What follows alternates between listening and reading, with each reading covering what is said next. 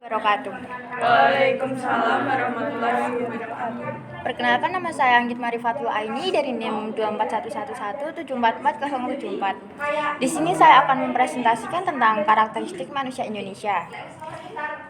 Untuk latar belakangnya, karakteristik manusia Indonesia adalah hasil dari perpaduan berbagai faktor sejarah, budaya, sosial, dan lingkungannya begitu kompleks.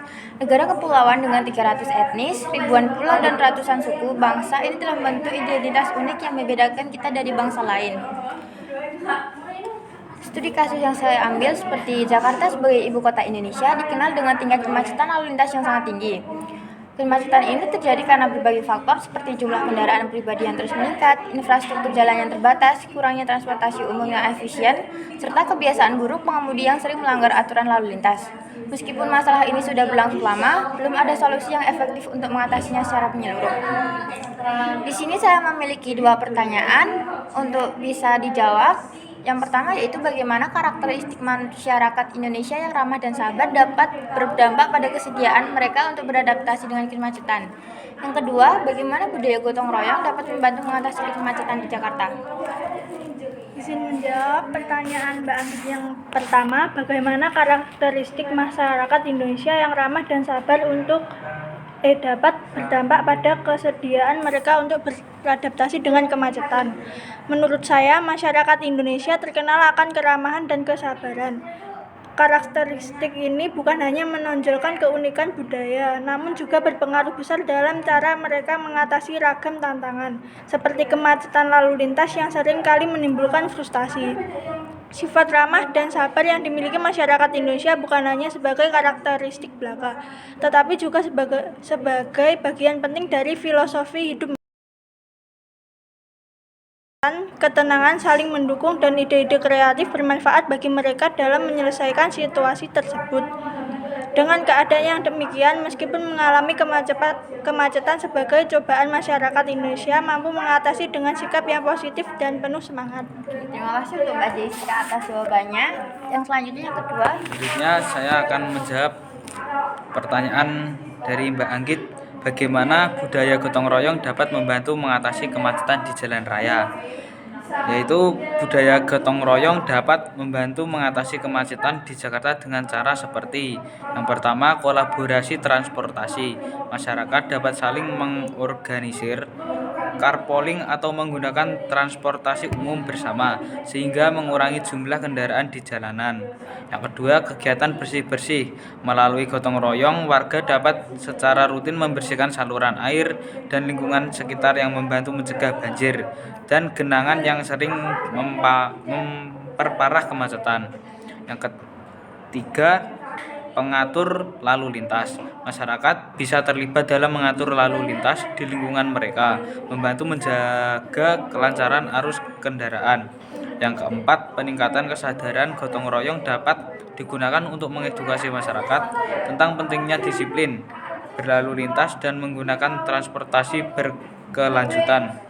Yang terakhir, solidaritas sosial dengan saling mendukung dan berbagi informasi tentang kondisi lalu lintas. Masyarakat dapat lebih siap menghadapi kemacetan dan mencari solusi bersama. Oke, terima kasih untuk Mas Roman atas jawabannya. Emang kemacetan di Indonesia itu sangat hal yang lumrah nggak sih emangan? Kota metropolitan kayak gitu itu banyak sekali kemacetan ya. Iya betul. Iya. Jam pulang kerja, jam berangkat kerja gitu. Nah, untuk selanjutnya itu akibat yang muncul apabila masalah tidak mendapatkan solusi. Menurut saya itu seperti peningkatan kualitas udara dan dampak lingkungan. Salah satu akibat langsung dari kemacetan yang tidak teratasi adalah polusi udara. Kayak polusi udara itu kan pasti kalau macet terus semua kendaraan jadi satu, itu kan pasti kan asapnya juga kan, ya betul. Nah itu kan jadi kayak jadi emisi gas buang yang berbahaya bagi kesehatan manusia kan, dari udara itu kan dapat berbahaya juga kan buat manusianya juga. Terus selain itu juga kan juga ada kehilangan waktu dan produktivitas. Kayak kita kan kalau macet kan otomatis kita kan jadi kayak kehilangan kesempatan untuk bisa beraktivitasi seperti kayak mau bekerja mau bersihin rumah atau segala macam kayak gitu kan. Jadi kayak jadi nggak efisien buat karena kemacetan tersebut. Terus selain itu juga kan kayak kita tuh jadi stres nggak sih kalau macet kayak gitu tuh, kayak jadi betul nggak sampai tujuan, terus habis itu nggak sabaran juga kan, jadi kayak kalau betul betul, jadi kan kayak gitu kan menyebabkan bisa stres, frustasi, kelemahan mental yang signifikan. Terus masyarakat menjadi kayak kita sendiri kan, jadi kalau macet itu kan jadi kayak cepet capek, terus kurang fokus. Jadi kan kita kayak semisal mau berangkat sekolah terus jadi macet, terus akhirnya kita akan stres sendiri. Oh nanti gimana nanti kalau semisal macet, apa nanti semisal telat kayak gitu. Nah jadi seperti itu. Buat solusinya menurutku itu seperti kayak perluasan dan peningkatan transportasi umum kayak di daerah Magetan dan Abi itu kan sebenarnya nggak ada ya transportasi umum tuh, dan kadang itu kan kayak apa namanya, saking banyaknya orang yang mau sekolah mau bekerja itu kan mesti kan otomatis jadi jalanan itu jadi padat. Nah kadang itu kayak aku sendiri pun ngalamin kan, jadi kayak kadang ya telat ke masuk kelasnya atau masuk kerjanya kayak gitu-gitu. Terus menurutku sih lebih ke bikin transportasi umum kayak MRT atau enggak LRT atau kayak Transbus Jakarta, apa yang kayak Transbus Jakarta itu. Iya betul. Seperti itu. Nah, terus untuk penerapan sistem pembatasan kendaraan, kayak kan kalau di Jakarta kan ada sistem ganjil genap gitu kan. Nah, menurutku kayak di daerah sini juga itu menurutku juga harus diterapin kayak gitu juga sih, biar meminimalisir.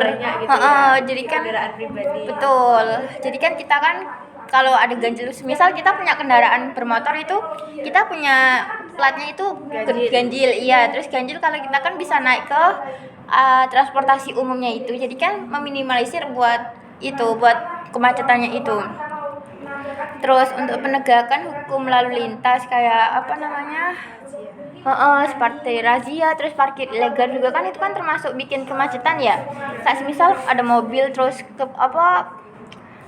parkir sembarangan kayak gitu, bikin kemacetan juga kan. Terus untuk penutupnya, Jakarta sebagai ibu kota Indonesia terus menghadapi tantangan serius terkait kemacetan lalu lintas yang semakin parah. Berbagai faktor kontribusi terhadap masalah ini termasuk pertumbuhan dan kurangnya sistem transportasi umum yang efisien. Setelah itu memperburuk situasi ini. Meskipun pemerintah telah mencoba beberapa solusi seperti pengaturan lalu lintas dan peningkatan transportasi publik, hasilnya masih jauh dari memadai. Tanpa adanya langkah strategis untuk mengatasi isu ini, kemacetan di Jakarta tampaknya akan terus menjadi bagian dari kehidupan sehari warganya. Nah, terima kasih untuk presentasi diskusi yang telah saya sampaikan ini. Jika ada kurang dan lebihnya mohon maaf. Wassalamualaikum warahmatullahi wabarakatuh.